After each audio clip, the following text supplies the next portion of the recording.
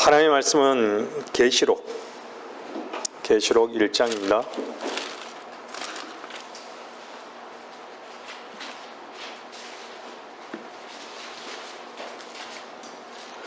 좀 길게 읽겠습니다. 1장 7절부터 읽겠습니다.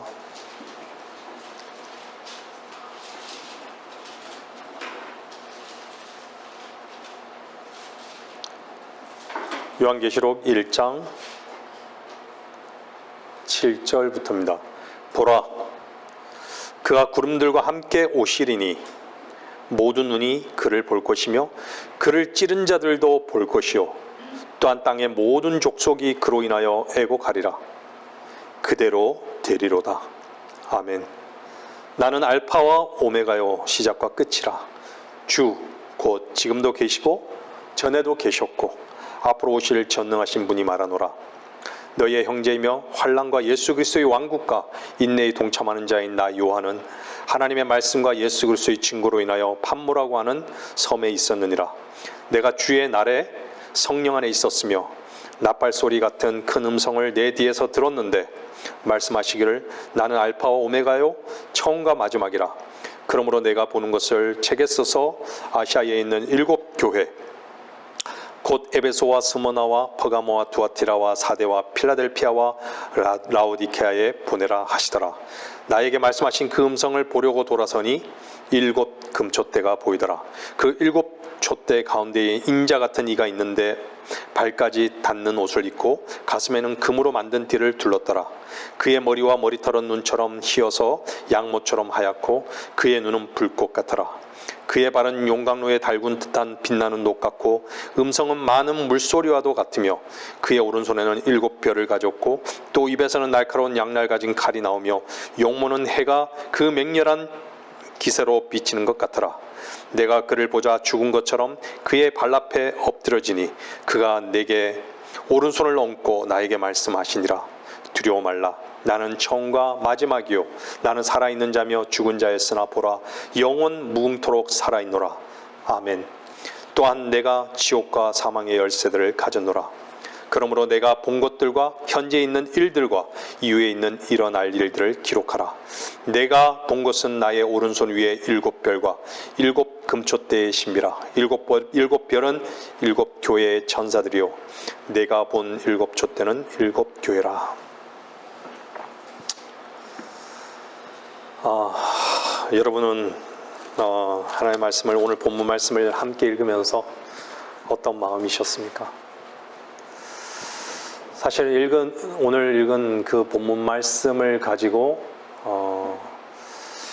전해야 될 내용은 사실은 무척 많습니다. 일단은 교리적인 부분도요. 여러분들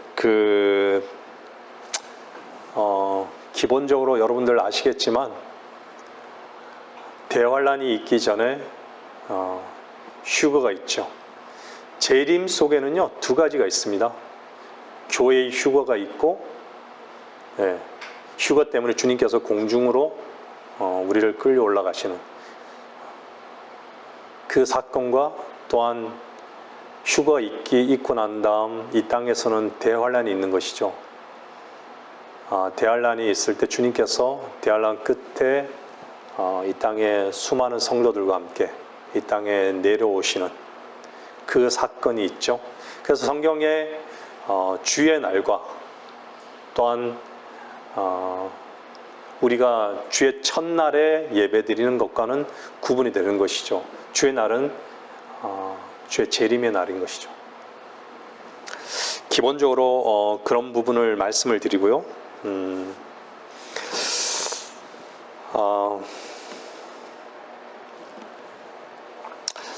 오늘 이 본문 말씀을 읽으면서 그리스도와 함께 죽고 다시 산 사람은 분명 많이 기뻐하셨을 것입니다. 주님께서 이 땅에 초림으로 오셨던 주님께서는 너무나도 연약하고 초라한 모습이셨지만 오늘 본문 말씀을 읽으시면서 그분이 참 하나님이셨다는 것, 여러분들도 아마 많이 기뻐하셨을 것입니다. 왜냐하면 세상 죄를 제거하기 위해 어린 양으로 육신을 입고 오신 하나님께서 죄와 저주가 되어 죽으신 그분을 세상이 얼마나 조롱하고 오늘까지도 얼마나 조롱하였는지를 알고 있는 것이죠. 그분의 몸인 교회를 얼마나 박해하고 핍박하였는지, 그리고 얼마나 사랑하였는지도, 그 교회를 얼마나 사랑하였는지도 아는 것이죠. 기록된 말씀대로 사랑의 주께서 심판의 주로 선포하시는 그 위험이 얼마나 크신지도 여러분은 분명히 그 마음속에 그 증거로 분명히 알아하셨을 것입니다. 17절 말씀에 보면 내가 그를 보자 죽은 것처럼 그의 발 앞에 엎드러지니 그가 내게 오른손을 얹고 나에게 말씀하시니라. 두려워 말라. 나는 처음과 마지막이요 나는 살아있는 자며 죽은 자였으나 보라 영원 무궁토록 살아있노라. 아멘이죠. 그리스도 안에 있는 여러분들 역시 아멘 하실 것입니다. 그리스도 밖에 있는 사람은 결코 아멘 할 수 없을 것입니다. 생명이신 그리스도께서 여러분 안에 살아계십니까? 놀라운 신비인 것이죠. 그분과 교제하십니까? 놀라운 은혜인 것이죠. 그리스도 밖에 있는 사람은 모두 아담 안에 있기 때문에 죄인이라는 사실을 잊어서는 안 됩니다. 아담에게서 태어난 사람은 누구나 아담의 성품을 유전받은 것입니다. 죄인들인 우리는 구원받은 죄인인 것이죠. 화를 내고 거짓말하고 나쁜 짓을 하는 것은 일부러 노력해서 그런 것이 아니라 아담의 생명과 성품과 행위가 우리 속에 흘러 들어왔기 때문입니다. 죄의 독소가 우리 안에 그냥 있는 것이에요. 그것이 흘러나오는 것은 자연스러운 것이에요.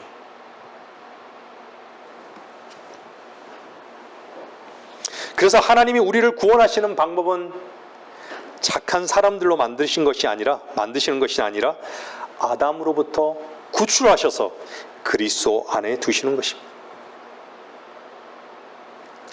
그렇게 되면 그리스도에게 속한 모든 것이 우리 속으로 흘러 들어오는 것이죠. 성경은 우리가 아담 안에 있게 되는 순간 우리는 죄를 짓는 것이죠. 그리스도 안에 있을 때만 의를 행한다는 것을 보여주는 것이죠. 아담 안에 속한 모든 자가 어떻게 의를 행할 수 있습니까?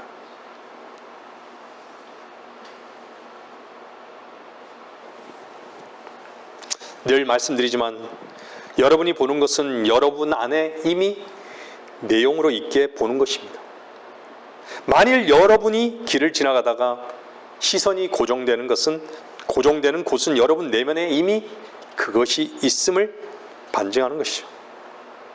세상은 사람 안에 있는 그 모든 내용이 무엇인지 알기에 그것으로 장사하는 것이죠. 세상에 속한 사람들은 세상에 속한 것만 보이는 것이죠. 그것만이 그 사람에게 유일한 가치이기 때문입니다. 여러분이 보는 게 무엇입니까? 우리는 이런 기도가 필요합니다. 창세기 3장에서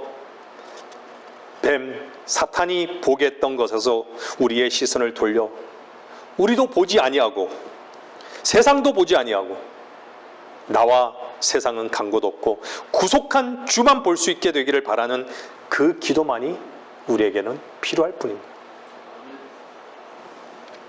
주님은 오늘 우리에게 이렇게 말씀하십니다. 보라고. 보라! 얼마나 요한복음 생명이신 그리스도를 보여주는 하나님이신 주께서 하나님이시라는 것을 보여주는 요한복음에서 얼마나 많이 보라고 말씀하십니까? 근데 모든 아람 안에 속한 사람들은 눈이 먼 것이죠. 볼 수가 없는 것이에요.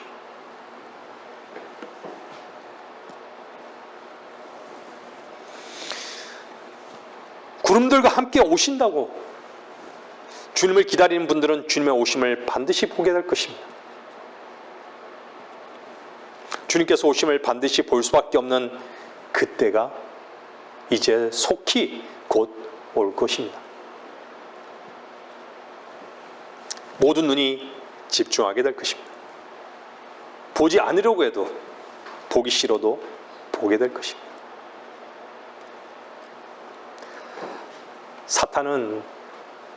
사탄의 그 역사를 너무나도 숨기고 있죠, 이 시대에. 유일하게 그 음모가 그리스도인에게 드러나는 것이죠. 아무리 숨으려고 해도 재림의 주로 오심은 눈에서 가려질 수 있는 그런 존재로는 절대 오시지 않으실 것입니다.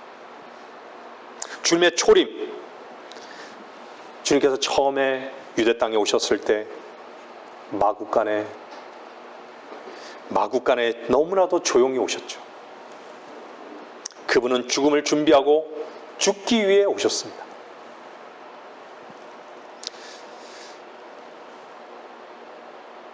죄인은 말이 없고 화려하지도 않습니다.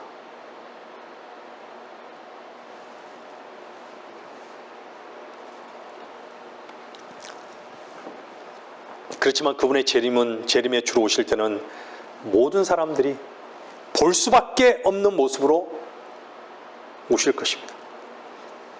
두 번째 오시는 그분의 모습은 온 세상을 다스리는 통치자로, 왕으로 오실 것이기 때문입니다. 저는 일하면서 야간 근무를 하면서요, 예전에도 말씀드렸지만 어떻게 그 지붕 위에 안식처를 갖고 있는 그 새들이 해가 뜨는 그 뜨기 전을 너무나도 정확히 아는 것이죠. 그 시간에 딱 내려와서 먹이를 탁 물어요. 일찍 일어나는 새가 벌레를 잡는다, 벌레를 먹는 것이죠. 그것을 눈으로 목격해요.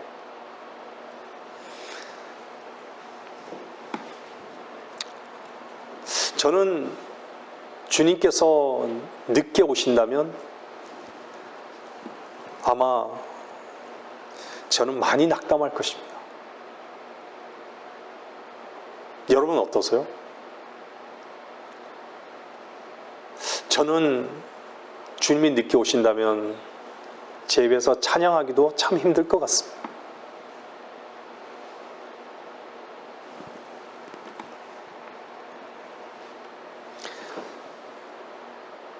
제 생애에, 여러분 생애에 반드시 주님은 오실 것입니다. 이제 얼마 남지 않았습니다.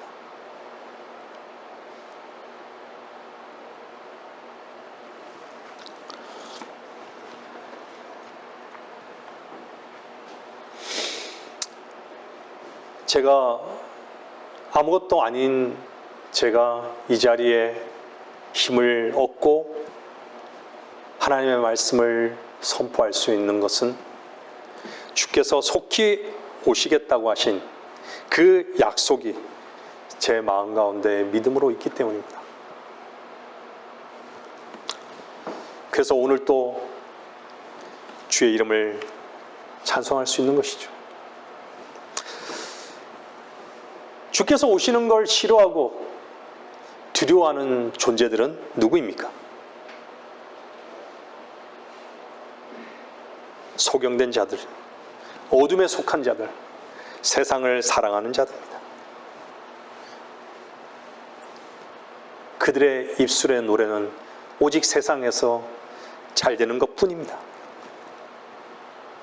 세상을 더 얻기 위해서 그들은 십자가가 걸려있는 교회에 모이는 것이죠. 여러분이 이곳에 왜 오셨습니까? 여러분 스스로에게 이 간증이 반드시 있으셔야 합니다.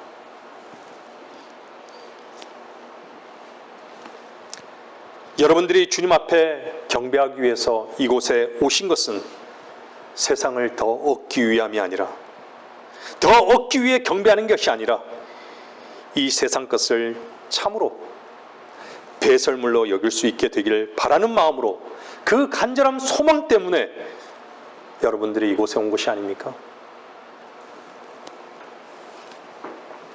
이것이 그리스도인의 새로운 시각입니다. 여러분의 소원은 무엇입니까? 세상의 모든 것들이 다 사라진다 할지라도 주님 한 분만으로 풍성하기를 원하는 그 소원이 여러분 안에 있습니까?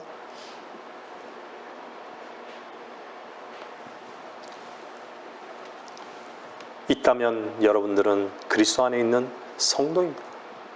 참된 그리스도인입니다. 그리스도는 세상의 것으로 사는 것이 아니라 그리스도는 세상과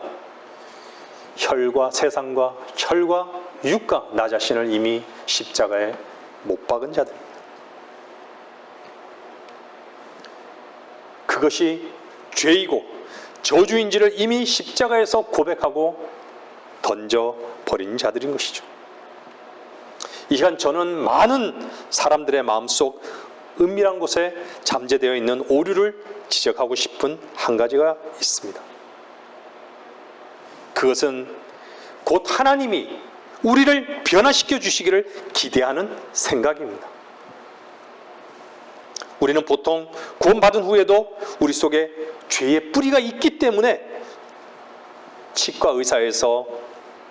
의사에게 앓는 치아를 뽑아달라고 요청하듯이 하나님께 죄의 뿌리를 뽑아주시도록 기도해야 된다는 식의 생각을 가지고 있습니다. 혹시 어떤 사람들은 이렇게 주장할지도 모르겠습니다.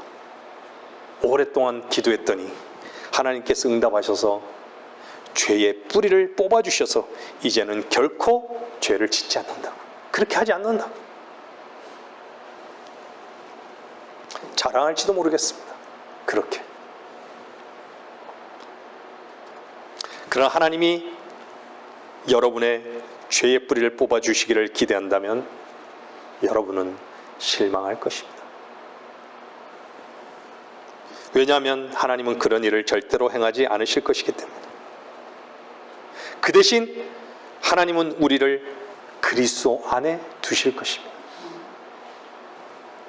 성경은 하나님의 모든 일이 그리스도 안에서 성취되었다는 것을 보여주고 있습니다.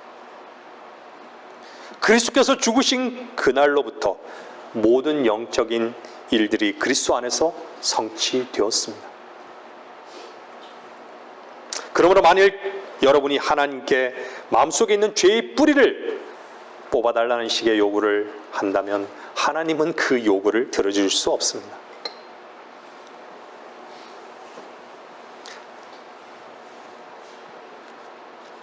여러분은 하나님이 그리스도 안에서 이미 행하신 일들만 받아들일 수 있을 뿐입니다. 모든 것이 그리스도 안에 있습니다. 기도 중에 무슨 특별한 빛을 보거나 당신의 죄가 이제 근절되었다고 하는 특별한 음성을 듣기를 기대하십니까? 아니면 당신을 기쁨으로 가득 채워줄 어떤 느낌을 바라십니까?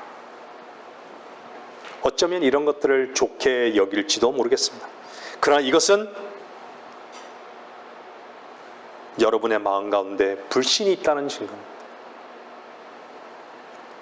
왜냐하면 하나님은 모든 일을 그리스도 안에서 하실 뿐이지 당신 안에서 하시는 것이 아니기 때문입니다.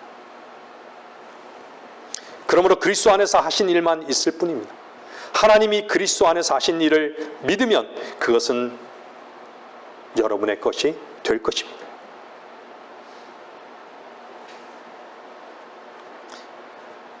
당신은 그것을 그리스도 안에서만 얻을 수 있을 것입니다.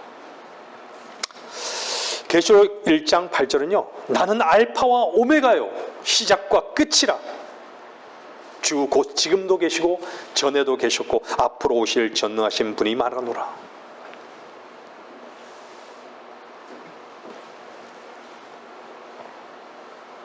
주님은 여러분 안에 살아계십니까? 살아계십니까? 아멘이죠? 아멘 할 수 없는 자는 다 죽은 자입니다. 죽은 자예요. 잠든 자이고 죽은 자입니다.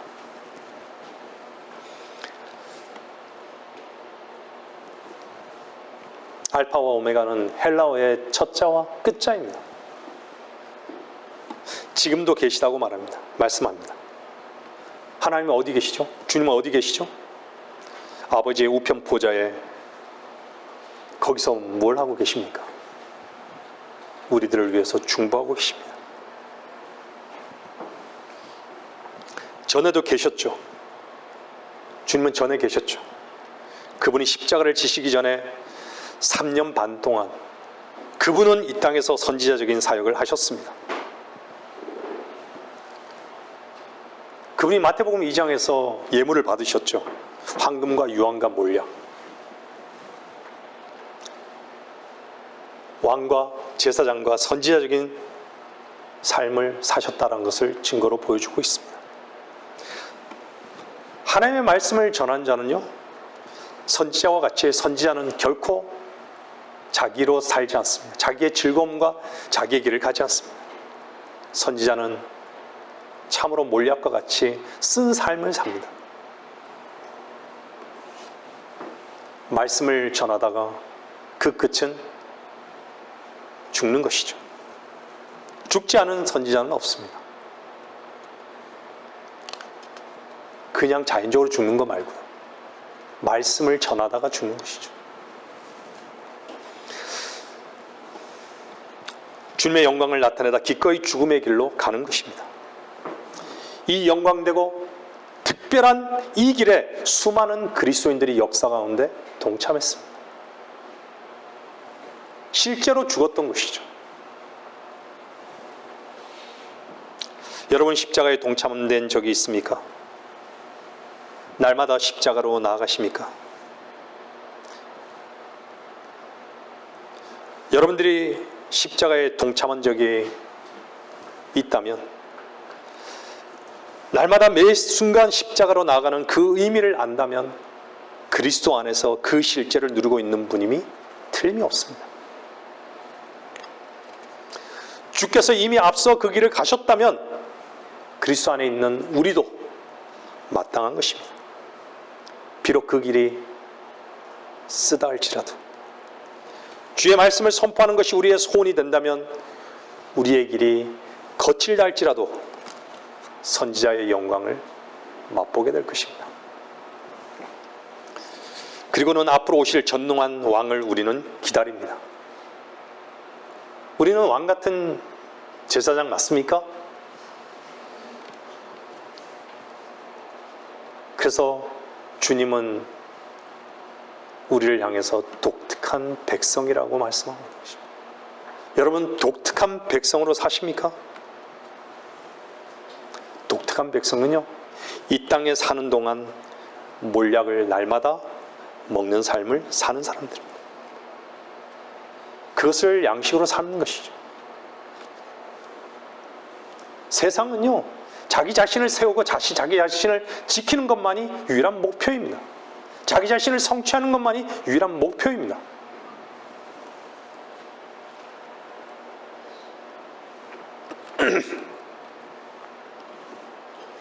여러분이 입에는 쓰지만 속에는 당꿀과 같은 하나님 말씀 앞에 순종되어지고 그 말씀을 선포하는 선지자적 삶을 여러분이 주 안에서 사십시오. 전능하신 분, 그분이 친히 시작과 끝이 되실 것입니다. 우리는 너무나 그분의 능력을 추상적으로만 여길 뿐 우리의 힘을 그분의 능력보다 더 강하다고 여기는 것이 틀림이 없습니다. 얼마나 우리의 힘을 본능적으로 사용하는지, 결코 손해보려고도 짓밟힘을 당하기를 원하지 않습니다. 여러분, 이것이 우리가 이 땅에 있는 이유임을 아십시오. 그리스도인은 세상의 풍요로움을 추구하지 아니합니다. 주께서 우리의 어깨 위에 지어주신 주의 말씀을 우리의 혈과 육을 거부하며 울면서 벳세메스로 향해 가는 암수와 같이 나의 혈과 육을 어떠할지라도 주의 인도의 길 따라서 내 등에 지어진 말씀 앞에 순종하는 발걸음이 선지자의 발걸음인 것을 결코 여러분들 잊지 마시기를 바랍니다. 그 길을 가는 사람들에게 주님을 대면했을 때 주님은 잘했다 칭찬하실 것입니다. 여러분은 승리를 바라십니까? 여러분은 승리를 바라십니까? 그리스도의 승리만이 승리입니다. 여러분, 세상을 이기고 싶습니까? 세상을 이기신 분은 그리스도이십니다. 하나님이 어느 날 당신을 위해 어떤 일을 행하시기를 기대하십니까? 다시 말씀드리지만 그런 것은 기대해도 소용이 없습니다. 왜냐하면 하나님은 당신에게 필요한 것을 그리스도 안에서 이미 다 이루어 놓으셨기 때문에. 그러므로 승리는 현재 일이 아닙니다.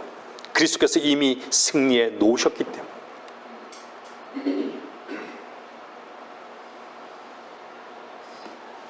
하나님께서 우리로 하여금 그리스도 안에서 이미 소유하고 있는 것을 보게 해주기를 저는 기도할 뿐입니다. 만일 우리가 믿지 않으면 아무것도 얻지 못할 것입니다. 그러나 우리가 믿으면 모든 것을 얻게 되는 것이죠. 우리는 그분의 소유이기 때문에 그분의 것입니다. 불가능한 우리의 힘으로 옮겨놓지 말고 불가능한 것이 없는 전능하신 주님께로 옮겨놓으십시오. 우리의 모든 필요가 그리스도 안에 들어가기만 하면 이미 그분 안에 속해 있는 자양물이 우리에게 흘러 들어오는 것입니다. 저는 여러분이 여러분 자신의 문제나 여러분 안에 어떤 일을 이루어 달라고 간구하는 것이 아니라 그리스도임을 알게 되고 모든 것이 그분 안에 있음을 깨닫게 되기를 바랍니다. 사람이 지난 역사에서 무엇을 배웁니까? 아무것도 배우지 않습니다. 모든 것을 소유하겠다는 욕심을 가지고 왔지만 돌아갈 때는 모든 사람들이 가지고 갈 게 아무것도 없는 것이죠. 왜 우리는 너무나도 자주 잊어버리는 걸까요? 그런데도 사람들은 역사에서 아무것도 배우지 않습니다. 늘 반복하는 것이죠. 아담의 본성대로 그냥 사는 것이죠. 여러분 주위에 어제도 오늘도 내일도 죽어가는 사람들을 보게 될 것입니다. 그들이 무덤을 향해 가는 걸 보십시오. 우리도 예외가 아닙니다. 주님이 더디 오십니다. 역사 속에서 아무것도 배우지 못하는 어리석고 불쌍한 사람들인 것이죠.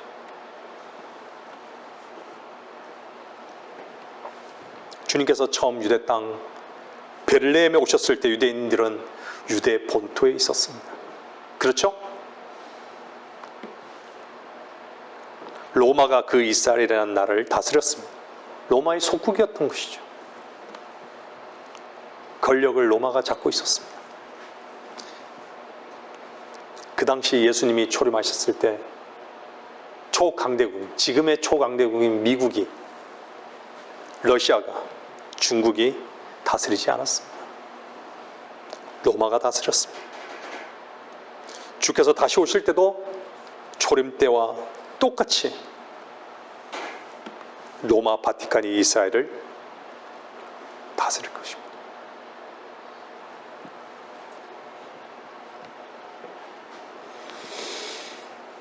로마 바티칸 그 교황은 마태복음 24장에 있는 말씀 그대로 하나님이 계셔야 할 그 거룩한 전에 자기가 하나님이라고 서서 경배받길 원할 것입니다.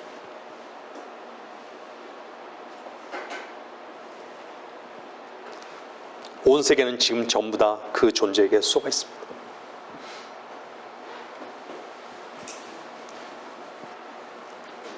제가 잠깐 말씀드렸지만 전 세계 사람들이 백신을 맞았죠. 백신 속에 있는 그 핵심 물질은요, 거기에 무슨 이름이 있는지 아십니까? 루시퍼라는 이름이 있습니다.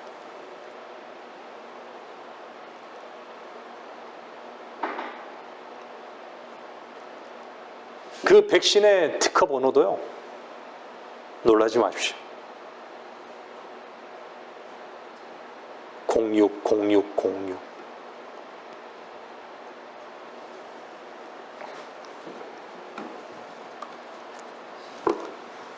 여러분들, 지금 러시아와 우크라이나는요,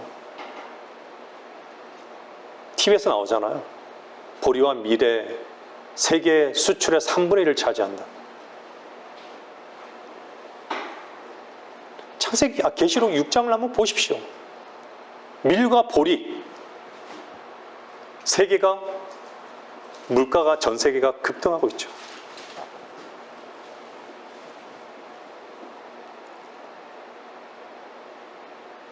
밀 한 데나리온의 보리 석대. 이것만이 아닙니다, 여러분들. 지금 얼마나 하나님께서 이 마지막 때임을 우리 그리스도인에게, 하나님을 사랑하는 자들에게 보여주신지 아십니까? 마귀는요, 자기의 때를 알기 때문에 자기의 때에 나타나기 위해서 아주 교묘하게 숨기고 있지만요, 드러나는 것이죠. 하나하나. 왜 그렇죠? 교회는 호련히 사라지기 때문에.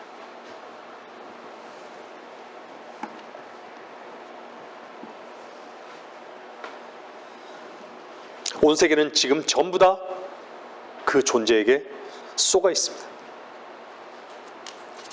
이스라엘까지도 쏘가서 그들과 손을 잡았습니다. 온 세계가 전부 다 그의 술수에 쏘가 넘어가 버렸습니다. 이제는 전 세계를 다스릴 존재가 되어버리고 말았습니다.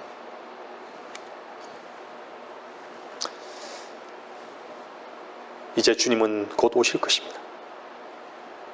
사람들은 하나님께서 이끌어 가신 그 역사 속에서 아무것도 배우지 못하는 어리석은 불쌍한 사람들. 왜 그렇죠? 사람들은 어제도 돌아보지 아니하며 내일도 바라보지 않고 오직 오늘 내 앞에 있는 이익만을 생각하는 벌레와 같은 존재들이기 때문에 역사 속에서 배울 수 있는 것이 없는 것이요, 내일 일을 볼 수 없는 존재들입니다. 오늘 내가 무엇을 먹을까? 그것만이 목표인 것이죠.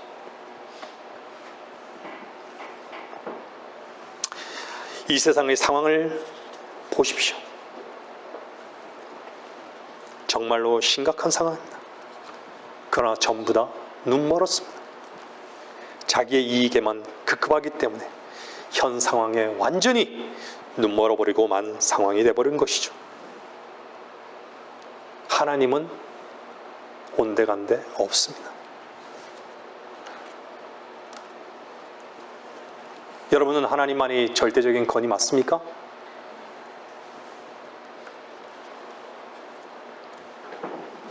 여러분이 하나님만이 절대적인 건이라는 것을 믿으시기를 바랍니다. 그분만이 역사의 주관자이심을 믿으시길 바랍니다. 여러분 스스로가 역사를 쓰려고 하지 마십시오. 하나님의 역사에 여러분을 옮겨놓는 지혜로운 자들이 되셔야 합니다. 하나님이 이끄시는 대로 여러분이 순종의 발걸음을 뗄 때 여러분은 그리스도인으로서의 삶을 살게 되는 것이죠. 스스로 역사를 쓰려는 사람은 자신만을 바라보는 사람입니다. 자기의 길을 가는 것이죠. 그리스도 안에서 자신을 내려놓는 법을 배우지 않는다면 섬김을 결코 배울 수는 없습니다. 고린도서 10장 6절은요 이렇게 말씀하고 있습니다. 너희의 복종이 이루어지면 모든 불복종을 응징하려는 준비를 갖추고 있느니라.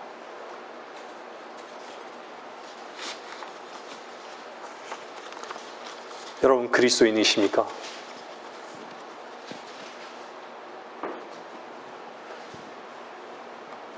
근데 너무나도 많은 그리스도인이라고 하면서 많은 사람들이 복종을 배우지 않는 것이죠. 혈과 육, 자신의 뜻, 자신의 생각을 주님 앞에 내려놓지를 않습니다.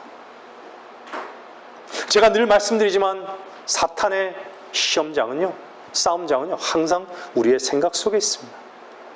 생각은 멈출 수가 없어요. 끝없이 밀려오는 생각을 그 중에 하나를 붙잡는 것이죠. 사탄이 던져주는 그 미끼를 딱 붙잡는 것이죠. 거기에 묶여서 사람들은 살아가는 것이죠. 그리스도인은 우리의 생각을 사로잡아서 그리스도께 복종해야 합니다.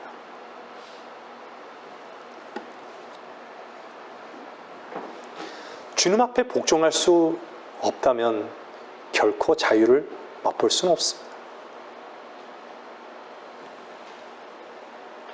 왜 두려워하고 염려합니까? 왜 쉬지 못하고 왜 자유하지 못할까요? 주의 말씀 앞에 복종하지 않기 때문입니다. 항복하지 않는 것이죠. 자기 자신의 힘을 끝까지 쓰고 싶은 것이죠. 실패하지 않는다면 항복을 못 배우죠.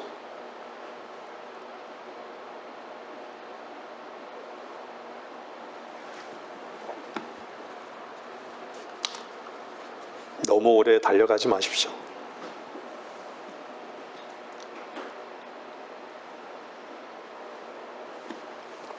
복종한다면 모든 두려움은 다 사라질 것입니다. 우리는 이 땅에서 종으로서 살아가는 그리스도인들입니다. 종으로서 살아가는 자들이에요. 종이 해야 될 일은 오직 복종밖에 없습니다. 우리는 혈과 육으로 싸우는 자들이 아닙니다. 우리는 오직 진리 하나만을 위해 싸우는 자들입니다. 진리를 지키기 위해서만 싸워야 합니다. 결코 비진리와 세상과는 타협할 수 없습니다.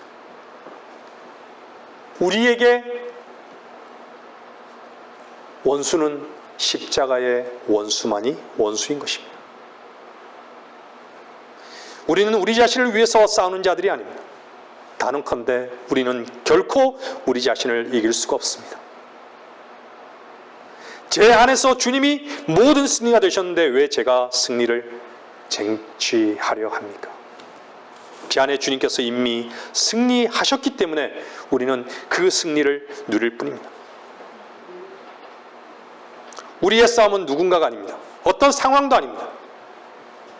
우리의 싸움은 공중권세 잡은 마귀 사탄과의 싸움이어야 합니다. 저는 오랜 세월 동안 저를 지키기 위해서만 사는 저를 보지 못한 소경이었습니다. 주께서 제게 요구하시는 것이 무엇인지도 보지도 못했고 제 안에 필요성도 없었습니다. 하지만 주님은 저에게 너를 다 내게 내어놓으라고, 주께 맡겨버리라고 이 말씀을 제 안에 이루셨습니다. 저는 혈과 육을 가지고 싸우는 것이 내 자신이 얼마나 짓밟히기 싫어하는 존재인지를 주님은 보게 하셨습니다.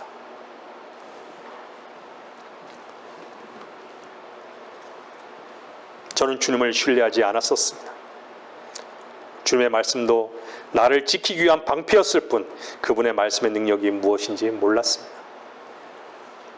저는 이제야 비로소 주님께 내 힘을 내려놓는 법을 배우게 되었고 그분을 신뢰함으로 그분의 능력을 덧입게 되었습니다.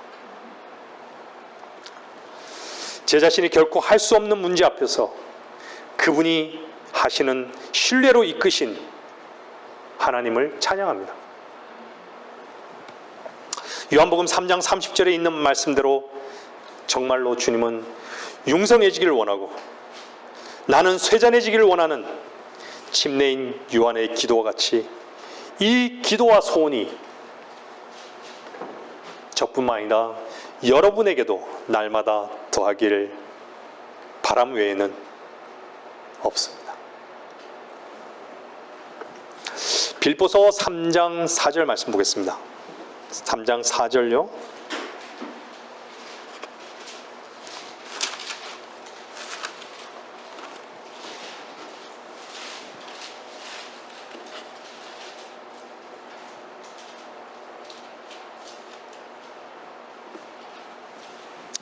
나도 육신을 신뢰할 만하니 만일 누군가가 육신을 신뢰할 만한 것이 있다고 생각한다면 나도 더욱 그러하니라. 나는 8일 만에 할례를 받았고 이스라엘인이며 베냐민 지파요 히브리인 중에 히브리인이요 율법에 의하면 바리새인이라. 열성으로 말한다면 교회를 박해하고 율법에 의로 말한다면 흠이 없음이라. 그러나 나에게 유익하던 것은 무엇이나 그리스도를 위하여 다 손실로 여겼느니라. 실로 모든 것을 손실로 여기면 그리스도 예수 나의 주를 아는 지식이 가장 고상하기 때문이며 내가 그를 위하여 모든 것을 잃어버리고 그것들을 오히려 배설물로 여기면 그리스도를 얻기 위함이요. 저 역시 저를 자랑하고 인정받기를 너무나 좋아하는 자였습니다.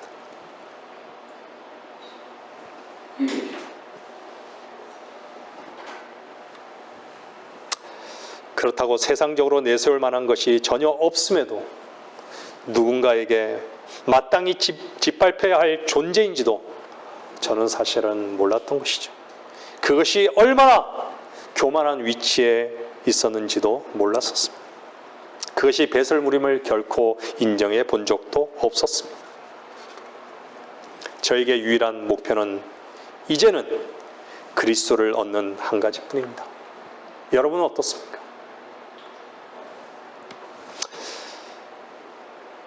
나에게 유익하던 것은 무엇이나 그리스도를 위하여 다 손실로 여겼느니라.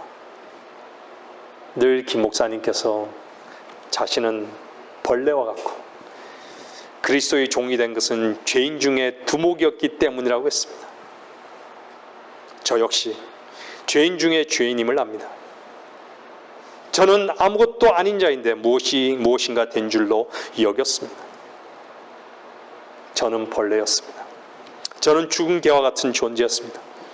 제가 이 자리에 설 수 있었던 것은 말씀을 듣고 있는 여러분이나 이 세상에 속한 어떤 분들보다 더 고상하거나 거룩하기 때문이 아닌 오직 주님의 은혜, 자비 하나 때문인 것을 저는 분명히 아는 것이죠.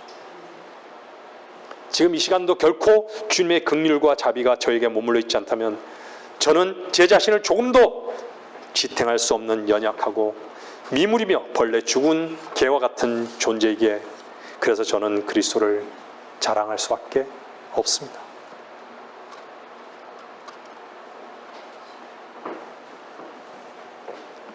그 어떤 것도 저로 인해서 저의 힘으로 저의 근거로 했던 모든 것은 부끄러울 뿐입니다.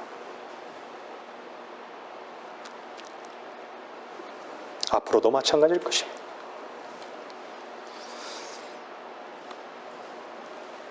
세상 사람들은 그 어떤 가치로 여긴다 할지라도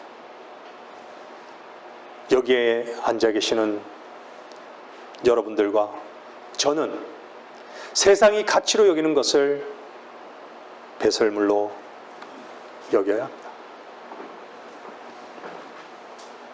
결코 그런 걸로 자랑하지 마십시오.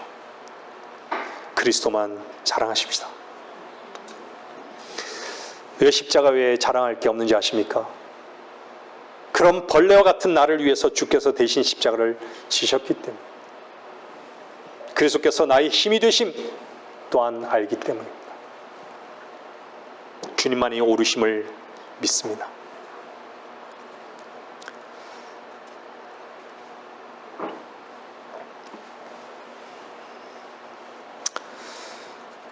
우리는 주님 한 분만을 자랑해야 합니다. 주님께 날마다 매 순간 이렇게 기도하십시오. 저는 오늘 또 밟혀지고 또 죽음에 넘겨지고 무시받아야 할 벌레입니다.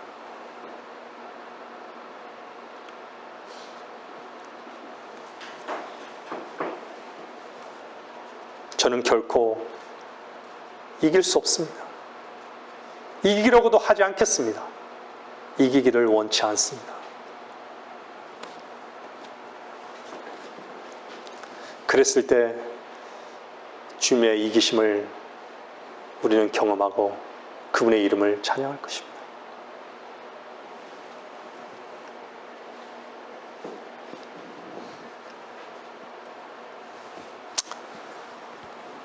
여러분들은 주님을 대면할 때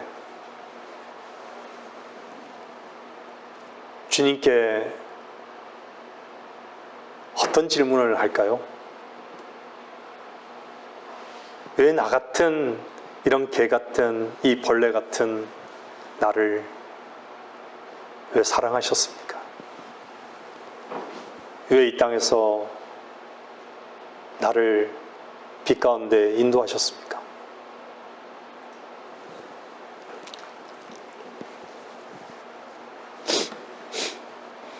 주의 진리의 말씀 하나만을 여러분 믿고 의지하십시오.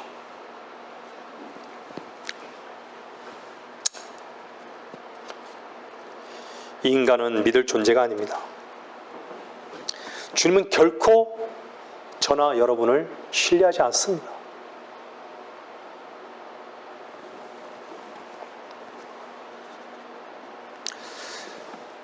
제 입에서 주의 진리의 말씀이 선포되는가, 그거 하나만 여러분이 관찰하시기를 바랍니다. 저는 믿지 못할 존재입니다. 잠언 11장 1절 보시겠습니다.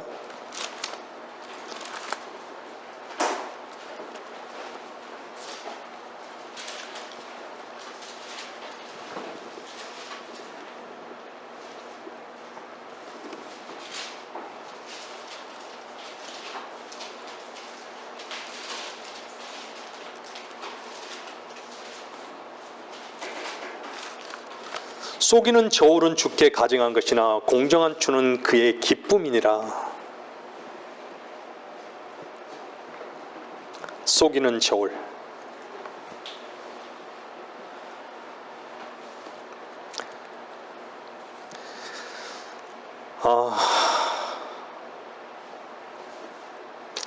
사람들은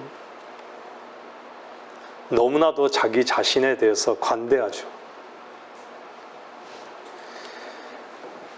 자기 생각, 자기 이익, 그것만이 공정한 것이죠.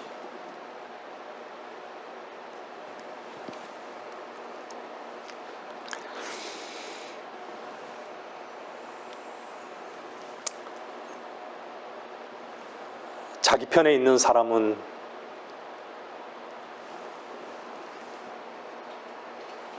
항상 옳은 것이죠.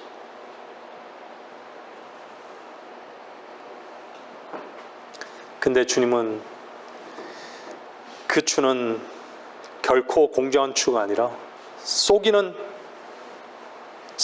저울이라고 말씀하고 있는 것이죠.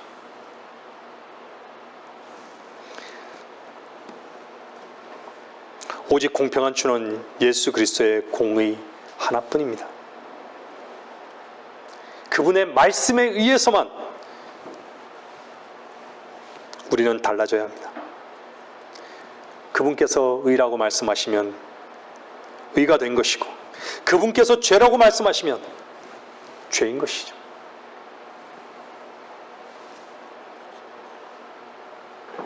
자기 자신에게서 나온 그 모든 것은 속이는 저울입니다.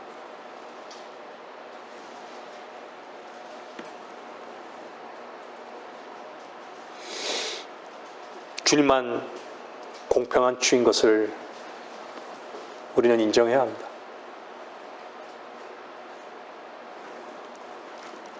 하나님은 너무나도 정확하신 분이시죠. 하나님은 결코 우롱당하지 아니하십니다. 하나님은 그리스도가 하신 것만을 받으십니다. 얼마나 감사한 것입니까? 그리스도의 심판석은 결코 우리의 근거로 행해진 그 행위를 심판하지 않으십니다. 그리스도가, 내 안에 사시는 그리스도가 하신 그것만을 하나님께서는 계산하실 것입니다.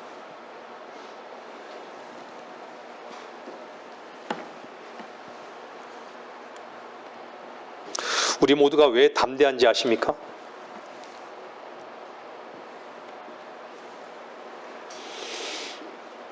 왜 우리는 이렇게 자유한 것입니까? 우리의 노력으로 결코 정죄함이 없어진 것도 아니고 새로운 피조물이 된 것이 아니라 그리스도 예수 안에 있는 그 하나로 인해 담대하고 자유한 것이 아닙니까? 계시록 1장 9절은 이렇게 말씀하고 있습니다. 너희 형제이며 환난과 예수 그리스도의 왕국과 인내에 동참하는 자인 나 요한은 하나님의 말씀과 예수 그리스도의 증거로 인하여 판무라고 하는 섬에 있었느니라. 여러분은 그리스도의 진리의 말씀 하나 때문에 만족하십니까? 여러분들이 그리스도의 증거를 가지고 있다면 여러분들은 만족하는 법을 배운 것입니다.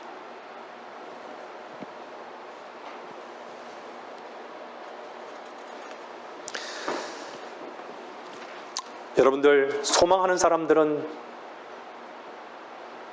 인내할 수 있습니다.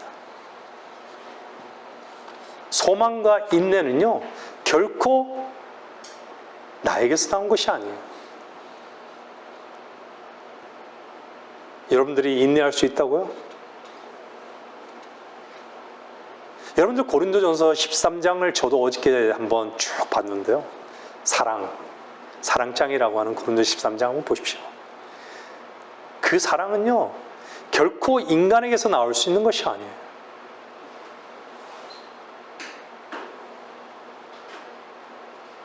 우리에게는 그것이 없습니다. 모든 사람들이 폼 잡고 흉내내는 것이죠. 폼 잡지 마십시오. 나에게는 그것이 없다는 것을 주 앞에 인정하시고 그냥 항복하십시오.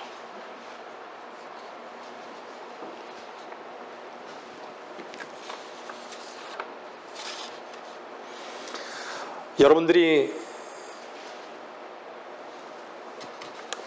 왕국을 분명히 믿고 소망하신다면 그리스도 안에서 기쁨으로 이 땅에 사는 날 동안 인내할 것입니다. 인내는 영적 축복입니다. 인내는 상급입니다. 주께서 반드시 우리를 데리러 오실 것이기 때문에 오랫동안 참고 기다리지 아니하시며 이 세상에 더 이상 오랫동안 머물게 하지 않으실 것을 우리는 알기 때문에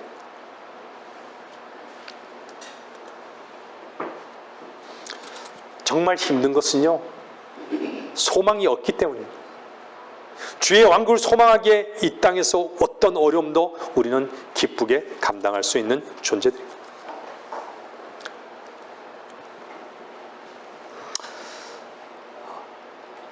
왕국이란 것은 앞으로 주께서 회복하실 미래입니다. 인내라는 것은요, 대환란 때만 인내를 요구하는 것이 아니라 휴거를 기다리는 우리에게도 주님께서는 그리스도 안에서 인내를 요구하십니다.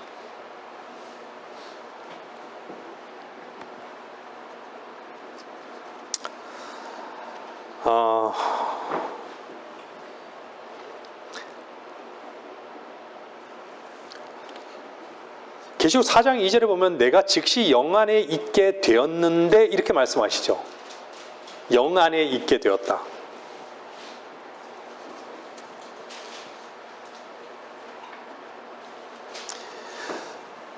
이 부분에 대해서 성경은 고린도후서 12장 2절에 이렇게 말씀하고 있잖아요. 내가 14년 전에 그리스도 안에서 한 사람을 알았는데 그가 몸 안에 있었는지 나는 말할 수 없고 몸 밖에 있었는지 나는 말할 수 없지만 하나님께서는 아시니라. 그 사람이 셋째 하늘로 끌려 올라갔느니라. 내가 이런 사람을 아노라. 그가 몸 안에 있었는지 몸 밖에 있었는지 나는 말할 수 없지만 하나님께서는 아시니라. 그가 낙원으로 끌려 올라가서 말로 다 설명할 수 없는 말을 들었는데 그것은 사람들에게 말하도록 허락되지 않은 것이로다.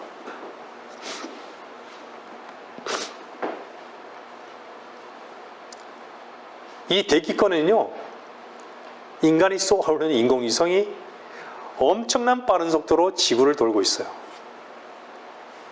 아십니까?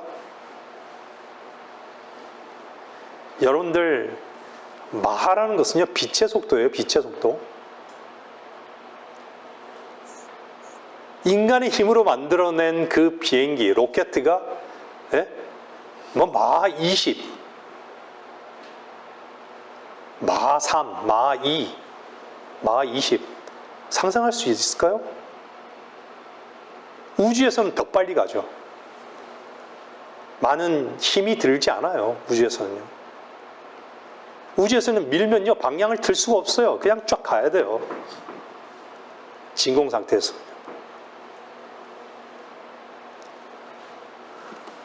아니 인간이 만들어낸 그것조차도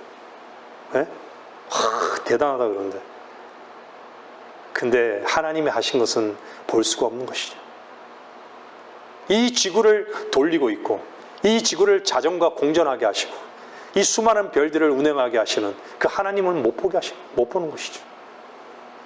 그 능력을 신뢰하지 않는 것이죠.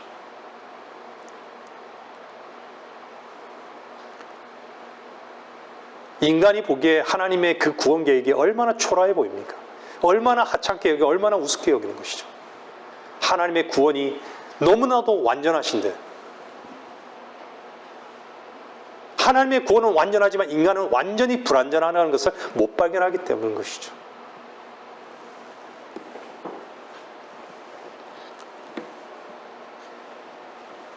공상과학 같습니까? 우리 몸이 순간 변화되는 거예요? 여러분 매미를 한번 보세요. 매미는요 땅에서 한 7년, 약 7년 정도 땅에 이렇게 유충으로 있어요. 근데 그 허물을 자기 몸과 똑같은 것을 딱 벗으면서요 매미로 나오잖아요. 나오면서 나무를 기어 올라가고 결국은 날개로 날아요.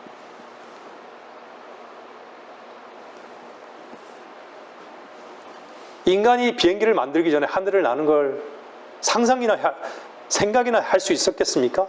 가능하다고? 로켓, 우주로 날아가는 로켓, 적어도 200년, 100년 전까지만 해도 그런 생각을 할 수 있었을까요? 가능하다라고 생각할 수 있었을까요?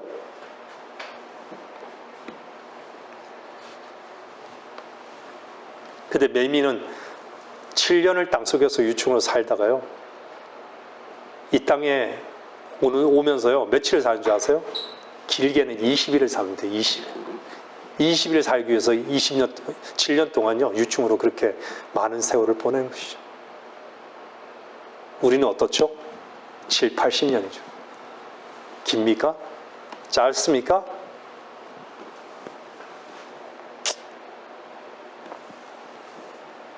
하나님께서 만드신 벌레 한 마리 속에서도 하나님의 진리를 우리에게 나타내 보여주셨는데 우리는 일반적으로 죽으면 끝으로 합니다. 죽으면 끝으로 하는 것이죠. 이 몸을 가지고 아무리 점프를 해도요, 지상의 3m 이상을 점프하기란 불가능한 것입니다. 그러나 하나님께서 분명히 천지를 창조하시고 사람을 만드셨다면 반드시 그분이 눈 깜짝할 순간에 우리의 몸을 변화시켜서 우리를 공중으로 불러 올라갈 것이며 결코 불가능할 것 같은 그 일을 주님은 반드시 우리를 통해서 행하실 것입니다. 나팔 소리가 날 때 눈 깜짝할 순간에 그 일이 있을 것입니다. 어떻게 딱딱한 그 나무 껍질 속에서요, 봄이 되면 그 새순이 확 돋아날까요? 어떻게 찌릿같이 딱딱한 그 흙 속에서 생명이 움틀까요? 이해할 수 없는 것이죠. 눈에 보이는 것이 전부가 아닌 것이죠. 여러분의 생각이 보입니까? 여러분의 마음이 보입니까? 기쁨이 있습니까? 기쁨이 눈으로 보입니까?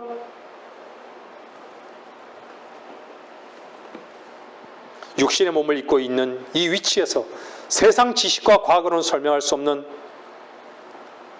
있을 수 없는 그 말을 성경은 말씀하고 있는 것이죠. 그것을 믿으라고, 그것을 이루겠노라고. 주의 나라의 성령 안에 있었다는 것은요, 2000년 후로 순간 이동한 것입니다.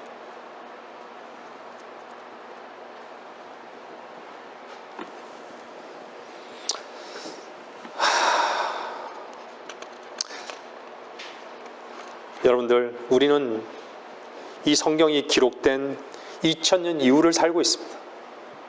우리는 2000년의 그 역사를, 우리는 역사의 그 사실 가운데, 그 기록 가운데 우리는 보고 있는 것이죠. 어땠는지 돌아오십시오. 진리의 빛 가운데 가는 자를만 볼 수 있는 것이죠. 교회 시대가 어떻게 전개되었는지, 지금이 왜 이 마지막 교회 시대인지, 하나님이 없죠. 자신만이 있는 것이죠. 자기 사랑만 있는 것이죠. 돈만 있는 것이죠. 모든 악의 뿌리 정점에 있는 것이에요. 모든 악의 정점에 있는 것이죠. 지난 2000년 동안의 교회사가 얼마나 칠흑같이 어두웠습니까? 가톨릭에 의해서 거짓된 무리들이 교회를 얼마나 어지럽혀 놨는지를 한번 보십시오. 어둠에는 반드시 빛이 있어야 합니다.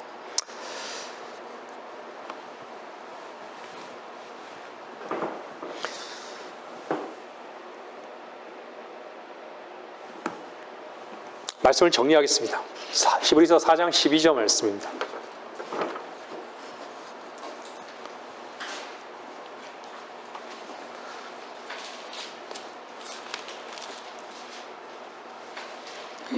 하나님의 말씀은 살아있고 활력이 있어 양날이 있는 어떤 칼보다도 예리하여 혼과 영 그리고 관절과 골수를 찔러 가르고 마음의 생각들과 의도들을 판별하느니라. 진리의 말씀으로 깨어있는 것이 지혜의 원천입니다. 진리의 말씀으로 깨어있으면 세상 어둠 그리고 사람을 아는 것이죠. 무력함, 비굴함, 어리석음. 저와 여러분이 말씀의 칼을 가지고 있다면 결코 두려워할 수 없는 이유는 그 말씀의 칼이 능력이기 때문입니다. 본문 1장 18절에는 나는 살아있는 자며 그분은 살아있습니다. 죽은 자였으나 보라 영은 뭉토록 살아있노라.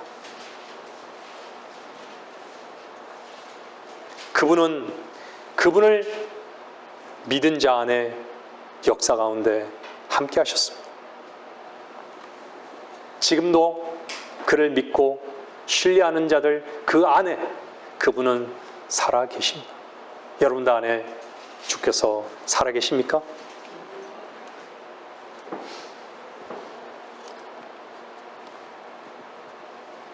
그분은 왕으로 영원히 사실 것입니다. 계시록 1장 17절은요, 내가 그를 보자 죽은 것처럼 그의 발 앞에 엎드러지니 그가 내게 오른손을 얹고 나에게 말씀하시니라. 두려워 말라. 나는 처음과 마지막이요. 시작도 끝도 그분이 하시겠다는 것입니다. 여러분이 움직이지 마십시오. 하나님은 반드시 우리와 조화를 갖기를 원하십니다.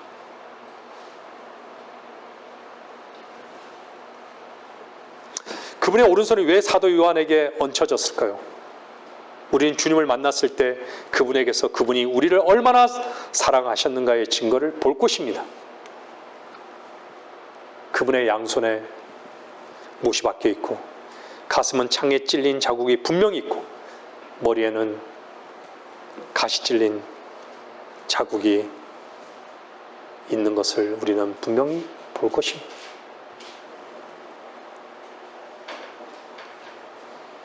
우리를 사랑하신 그 증거인 것이죠. 사도 요한에게 왜 오른손을 얹으셨을까요? 내가 너를 위하여 죽지 않았느냐? 내가 너를 위해 사랑의 능력을 보여주지 않았느냐고. 주님의 오른손이 여러분의 가슴에, 주님이 여러분의 가슴에 탁 얹어놓고 계시는 것이죠. 주님의 사랑은 신실하십니다. 그 사랑은 영원하실 것입니다. 우리 교회는 이 교회를 붙들거나 세우는데 관심이 없습니다. 제가 전에도 말씀드렸죠. 저는 여러분을 붙든 적이 없습니다. 이 교회를 떠난 사람들도 붙은 적이 없습니다. 저는 여러분이 이 교회의 교인됨에 관심이 없습니다. 여러분들이 주의 성도가 되면 되는 것입니다. 이 교회를 사랑하여서 실망하지 마십시오. 주님만 사랑하십시오. 머리 대신 그리스도만 사랑하십시오. 이 교회는 여러분을 책임질 수 없습니다. 주님만이 여러분을 영원히 책임지실 것입니다. 주님만이 여러분을 사랑하신 분이기 때문입니다. 그래서 이 교회는 다만 주님께로 여러분을 인도하고 진리로 여러분을 소개하는 한 다리로만 사용될 것입니다. 여러분이 주님과 진리로 옮겨졌을 때, 그리고 주님을 만났을 때 이 교회는 무너진다 할지라도 주께서 사용하셨다면 이 교회는 영광 가운데 있게 된 것을 감사하고 분명히 기뻐할 것입니다. 사무엘상 24장에는요 사울이 창을 가지고 있습니다. 그러나 다윗은 그 손에 하프를 켜고 있습니다. 세상이 우리를 향해서 어떤 도전을 한다 할지라도 우리는 주님 앞에서 기뻐하는 자들이 되어야 합니다. 어떤 상황과 환경에 묶여서 기쁨을 상실하지 마십시오. 우리는 우리 스스로 살려고 발버둥치지 않아야 합니다. 우리 스스로 세워지려는 헛된 싸움을 해서는 안 됩니다. 우리는 벌레와 같은 존재들이기 때문에 우리가 죽어졌을 때 죽음을 통해 그리스도의 십자가가 자랑되고 주님의 새 생명 빛의 진리의 역사가 더욱 나타나 하나만